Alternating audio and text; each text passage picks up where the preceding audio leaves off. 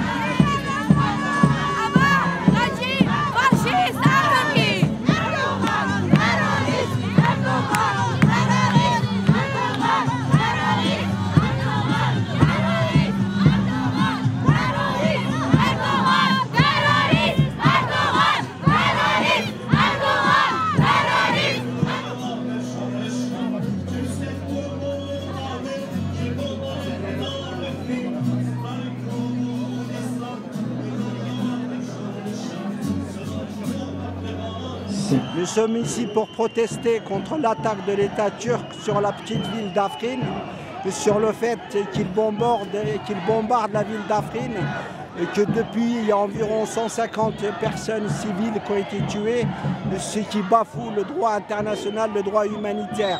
Nous demandons à ce qu'une zone interdite à l'aviation soit déclarée, à ce que les civils ne soient pas pris pour cible, à ce que le droit humanitaire, les conventions de Genève soient respectées.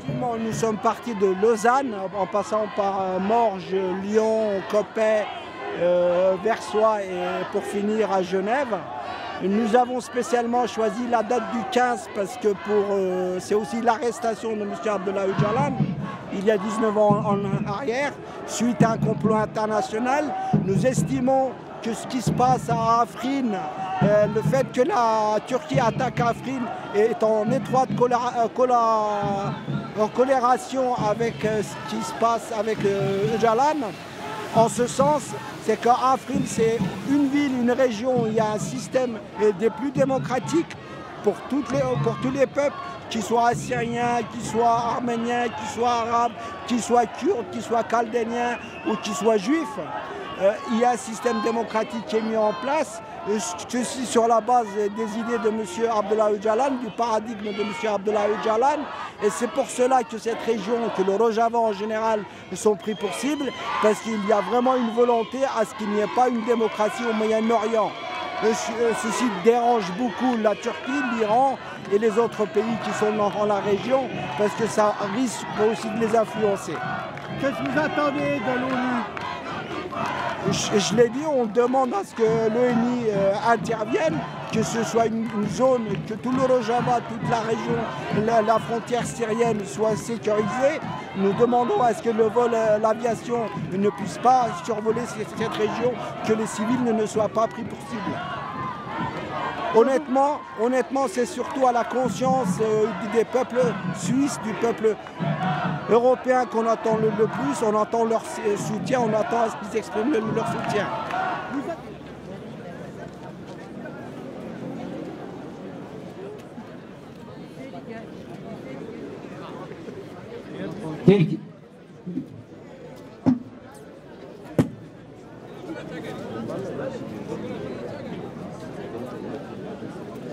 Chers amis, madame, monsieur,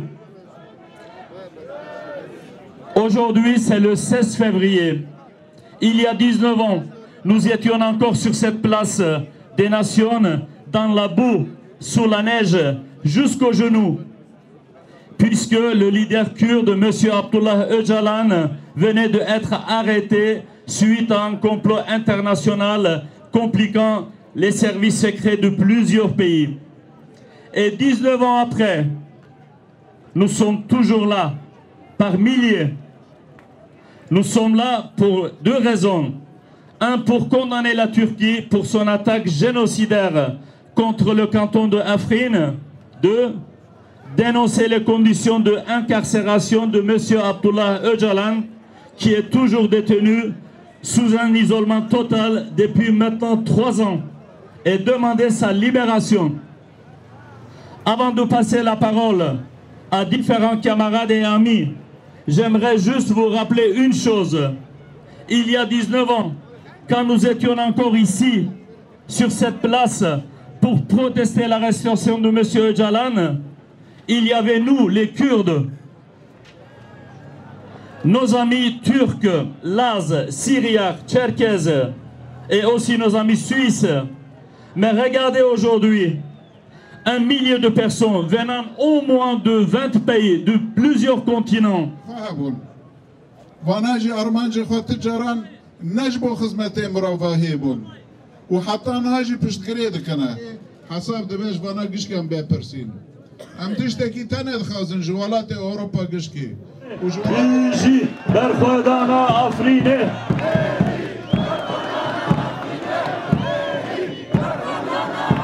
Voilà. Mesdames, Messieurs, chers amis, chers combattants kurdes, combattants pour la liberté, combattants avec ou sans armes. Je vous salue d'abord les marcheurs qui ont fait Lausanne-Genève en reliant 2 lieux symboliques. Lausanne, comme c'était dit avant, où en 1923, le peuple kurde était trahi par les grandes puissances de l'époque, comme le peuple arménien et d'autres peuples étaient trahis aussi à Lausanne. L'autre lieu symbolique, ici devant l'ONU. L'ONU qui ne réagit pas, ou quand elle réagit qu'au bout des lèvres, pour demander que la Turquie d'Erdogan, et peu importe le dirigeant de la Turquie, si un régime turc qui continue à massacrer le peuple kurde, que la communauté internationale le proteste et le fait pas seulement au bout des lèvres. D'Erdogan pour maintenir Bachar el-Assad à la tête de la Syrie malgré tous les crimes qu'ils ont commis contre leur propre peuple.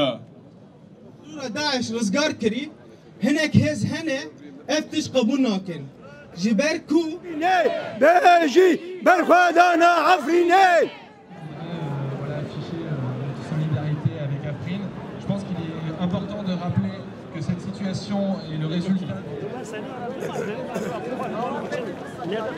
Aus einer feministischen Perspektive ist es doppelt wichtig, diesen Kampf zu unterstützen.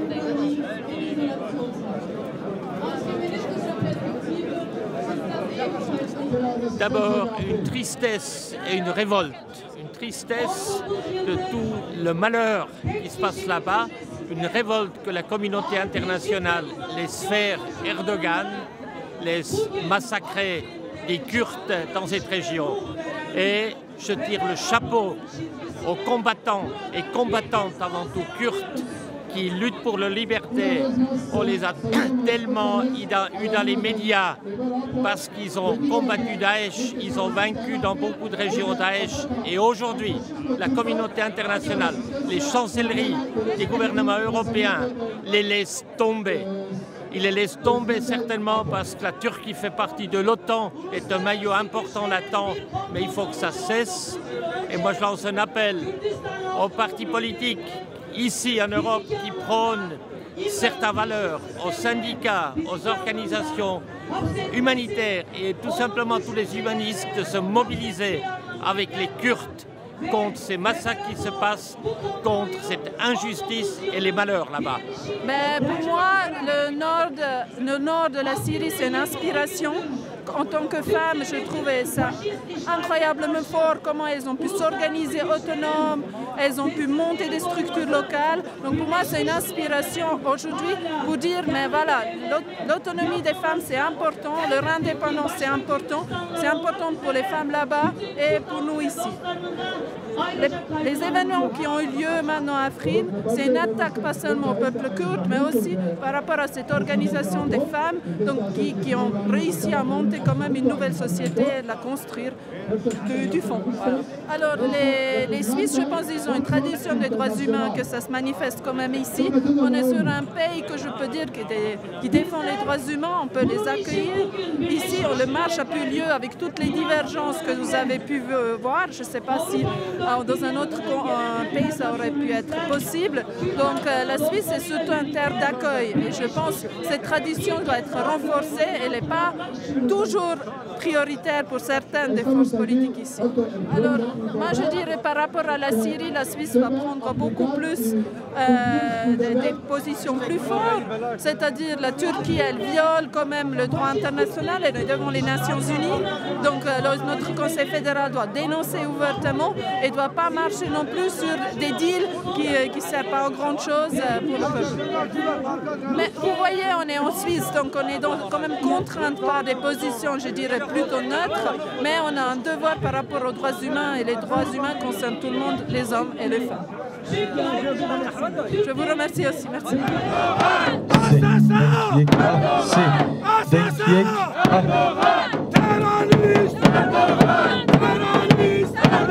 Chers amis, شهدنا شاهدان بارتيا كركران خوينا شاهدان